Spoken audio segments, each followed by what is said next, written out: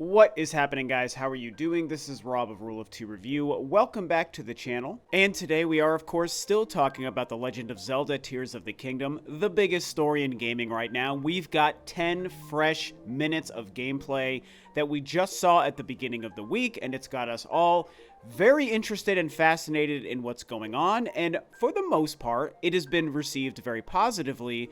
But there are, of course, still some major concerns that I've been seeing, and I felt that it would be a good idea to kind of discuss the fact that some people are still concerned or worried or not interested in the game, even after seeing 10 full minutes of gameplay demonstration, and kind of find out exactly what's going on and why people feel this way. So we definitely find ourselves in a unique position when it comes to Tears of the Kingdom because for many, many months, and you could even argue for many years before we saw this week's gameplay, people have been sharing concerns and frustrations over the lack of marketing, the lack of gameplay, the mystery behind the story, the concern over how different Hyrule is going to feel. I've discussed it many times on my channel, plenty of other people have been doing the same, and now that we've finally seen gameplay, Nintendo said, okay, you want gameplay, here's gameplay, and they had Aonuma himself literally play the game and discuss and give commentary about it while showing us new mechanics and explaining a little bit of the sky.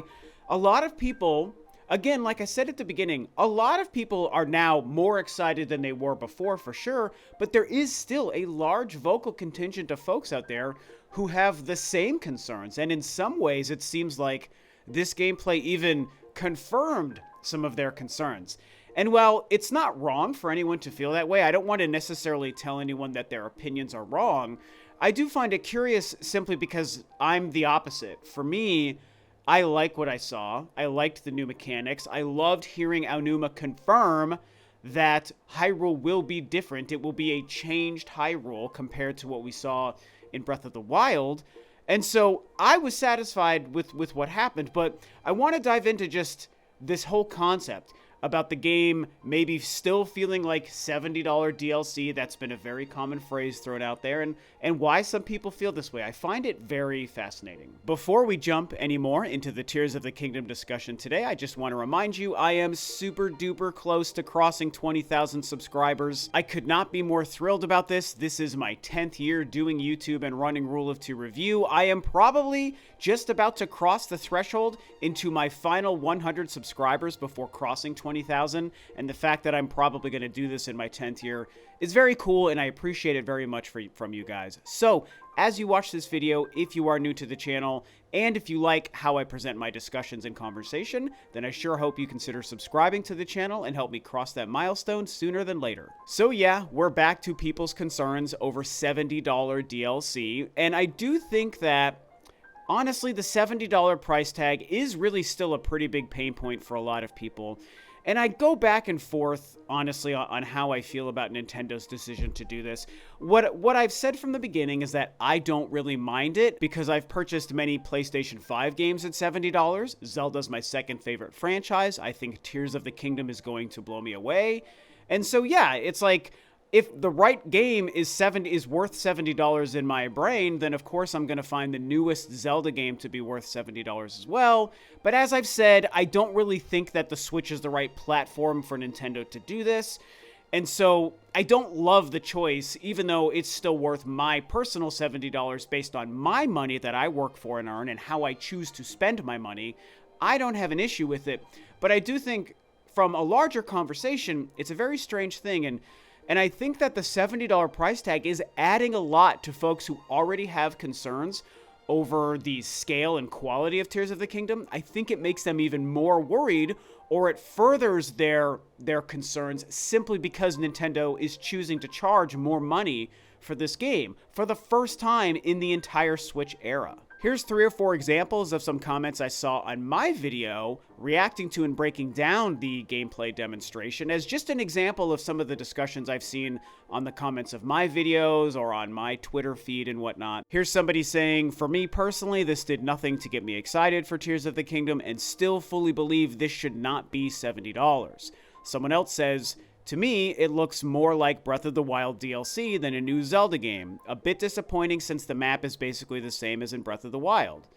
Now, they do go on to say, I'm still looking forward to playing it, and I'm sure it's a fantastic game nonetheless. But again, we come back to the DLC concept, concerns over the map. Someone else says $70 DLC, disappointing, the battle mechanic, even the buttons are all the same. You know, interesting stuff to take away from this gameplay. Someone else says, wasn't a fan of the last game, this looks just as boring, no dungeons and shrines replaced with sky temples, $70 DLC. Another person says, this is $70 DLC. Yet another person says, $70 for sub 30 frames per second. Nintendo fanboys ruin Nintendo by continuing to accept utter shit. It's 2023, anything under 60 is failure. And so, these are just examples of how people are reacting and what some people take away, even from seeing 10 uninterrupted moments of gameplay, right? So it's not about saying anyone is right or wrong, and it's not about trying to call these people out for feeling wrong, and it's not also saying that how they feel is how other people should feel, right? I obviously grabbed extreme examples, but there are a lot of examples like this that are this extreme, if you want to attach that word to it. And so again, it's not about right or wrong or anyone having to feel a certain way. It's just showing that this is a large sentiment and a large takeaway some people still have, even after this gameplay, which did surprise me because as I watched the gameplay, sure, I felt like I wanted to see more and I was still left with many questions, but I think that was by design.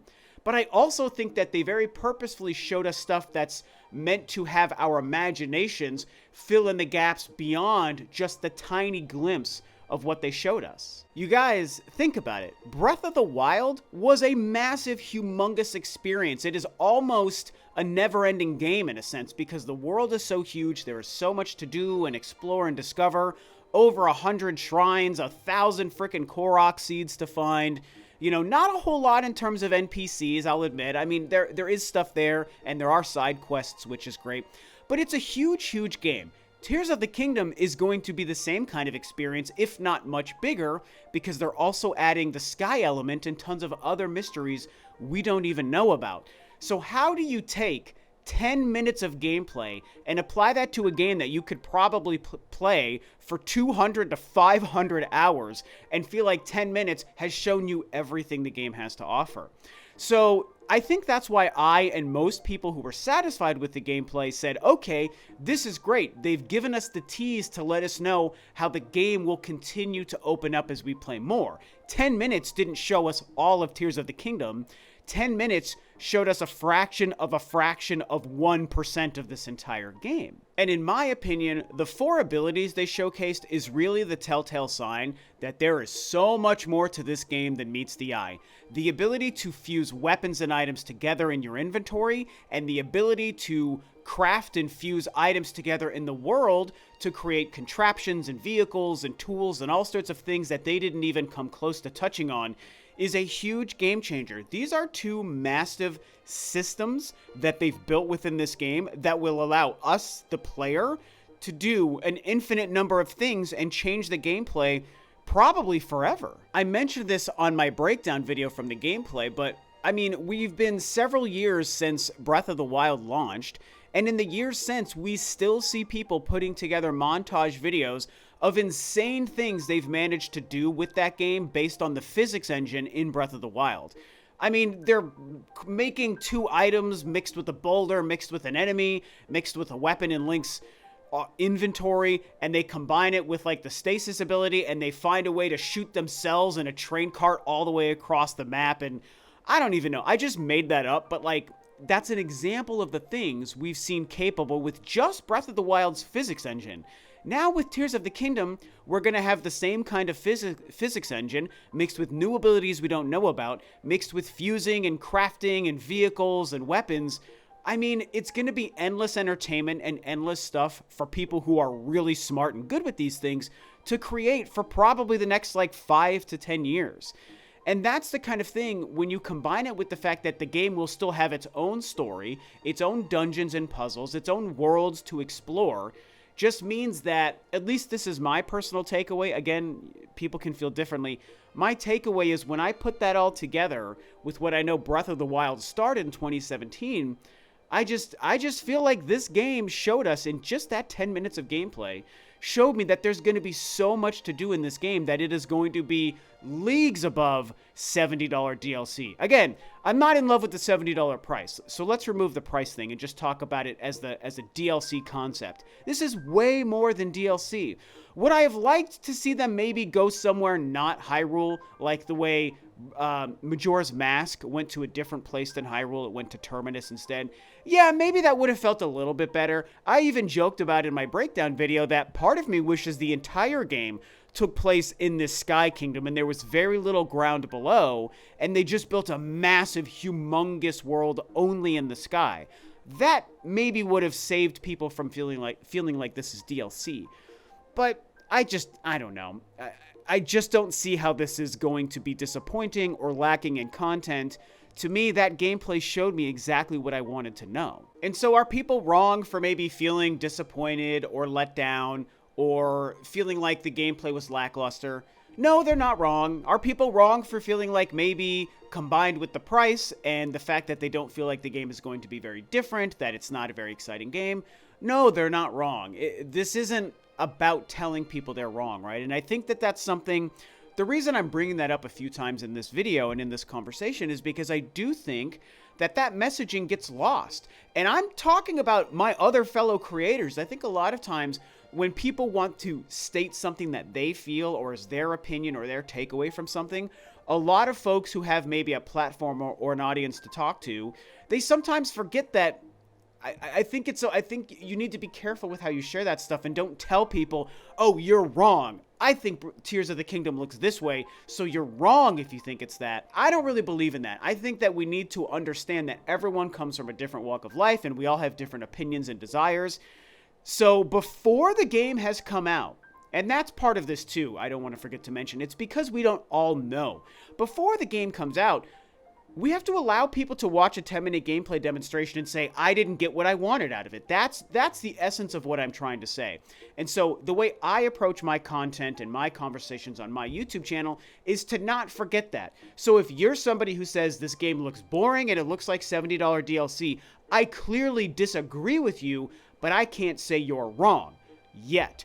When the game comes out, I think that's when people can say, including my fellow YouTubers, okay, you thought it was $70 DLC. Well, now we've all played the game. We can confidently say that it is wrong to call it $70 DLC. That's when it becomes a fact. The only thing I would say is how you share your opinions can maybe be wrong from a certain perspective, right? If you're shitty about it, if you're yelling at people, if you're calling people names or whatever, I mean, it just becomes regular internet trolling, but that's when it's like, okay, you're kind of being a dumbass. Like, don't do that.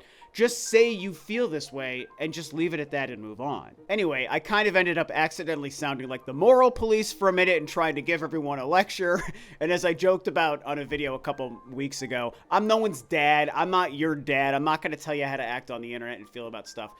I just wanted to say I think that myself and fellow creators, we need to remember that people can say it's $70 DLC and we can say I disagree and I think you're wrong, but to say someone is factually wrong, we just got to be careful with that stuff and just wait to see what happens after the game comes out. So yeah, this is my takeaway, man. I thought the game looks great. I love the hints at the gameplay and the game world, the sky. I'll never shut up about the sky. I'm going to bring it up in every video, you guys. I'm so stoked for what's going to be happening there. I'm more excited for the sky stuff than even like the fusing and the crafting, and I'm very excited for those. The ascend ability is the really exciting thing, man. The ability to crawl through ceilings and pop up on the other side, even if it's like a lengthy ceiling, like a cave that he showed in the demonstration. I compared that to A Link Between Worlds where you could turn into a painting on a wall and slide between cracks. I think the ascend ability is going to be a massive game changer. In Breath of the Wild, they introduced the ability to crawl any surface. And look at how much that changed our relationship to the game world. Ascend is going to be that times 10 because you can still climb, but now you can also do the ascend ability.